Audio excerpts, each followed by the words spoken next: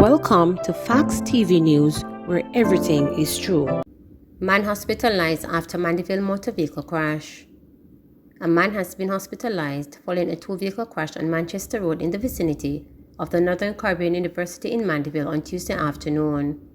Preliminary reports are that shortly after 1 p.m., the driver of two vehicles, a Nissan Sunny and a Range Rover, were traveling in opposite directions when the collision occurred.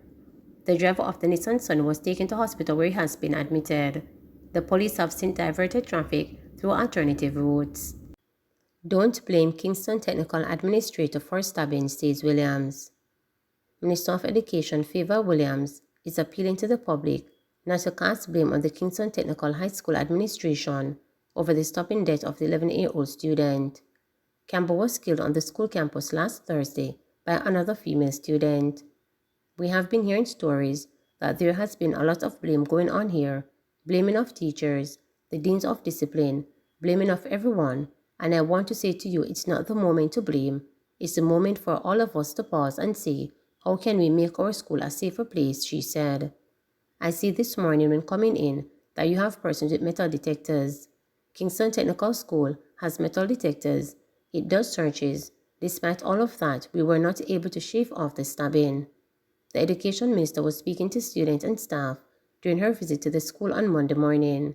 She was accompanied by guidance counselors, members of the clergy and principals from other high schools in the corporate area who went to support the school in their time of grief.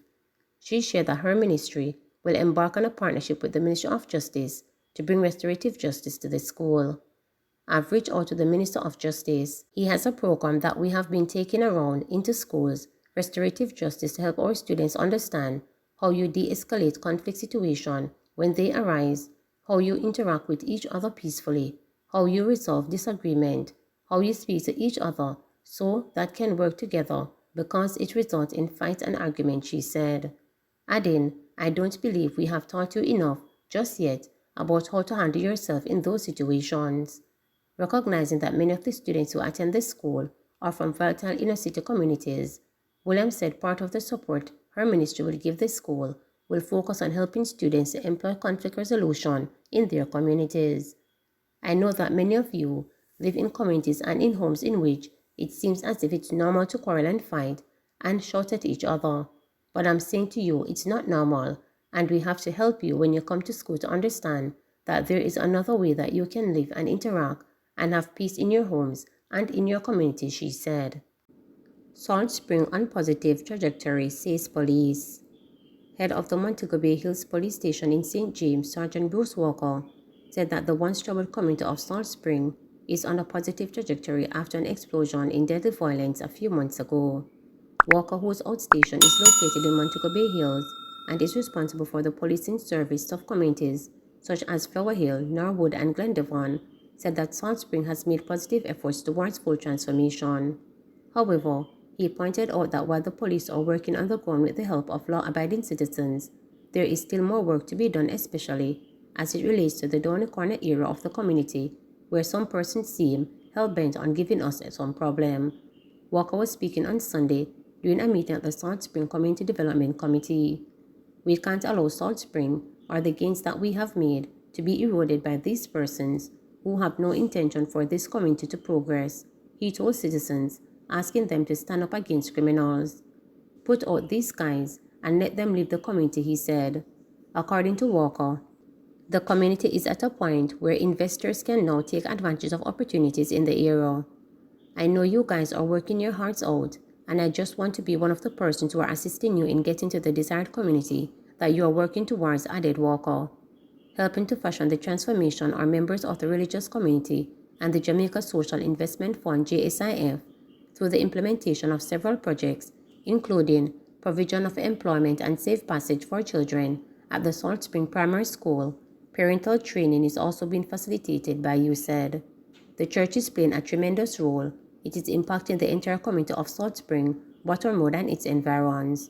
We are big on children and youth mentorship, catering for our young people through our Pathfinder and Adventures Club, Pastor Robbie Brown of the Salt Spring Community Seventh-day Adventist told reporters. He shared that it was the presence of the church through the Footprints of Hope crusade which prevented a planned retaliation in the community earlier this year after several satellite stations were set up streaming services to the people in area. That was very impactful because at that time there was a threat for an impending retaliation of gun violence in the area, but because we were there for the 5 extensive weeks, every night that was averted, said Brown, noting that the church has also done significant work through youth ministry and evangelism, community service, and youth mentorship. Veteran educator Jasper Brown received PM's Medal of Appreciation. Teacher facilitator at the Human Employment and Resource Training National Service Training Agency HART, Thrust Jasper Brown, has received the Prime Minister's Medal of Appreciation for service to education, acknowledging his 47 years in the teaching profession. The Prime Minister's Medal of Appreciation award really means a lot to me. It goes to show that even on a national level, your contributions to education are not going unnoticed. It has also allowed individuals from various communities to show their level of recognition, to join in the congratulations, and to see you as a more valuable individual in the society, Brown told reporters. He said he has been an educator since 1975, noting that for the first 2 years, he taught visual arts and science at Green Island High School as a National Youth Service employee. Brown adds that he received the inspiration to become a teacher while at the school, and in the second year of employment, he pursued a training teacher diploma at Sam Shaw Teachers College from 1976 to 1979. Since his journey into teaching began, he has served as an educator in numerous capacities at Flanker Primary and Junior High School in Montego Bay, St. James. I served as a classroom teacher from 1979 to 2005.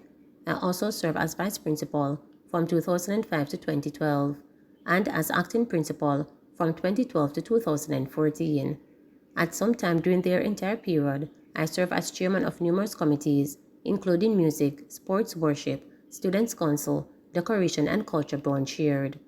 Over the 47 years that Brown has been an educator, he taught subjects such as mathematics, English language, music, speech and drama, visual arts, and Spanish.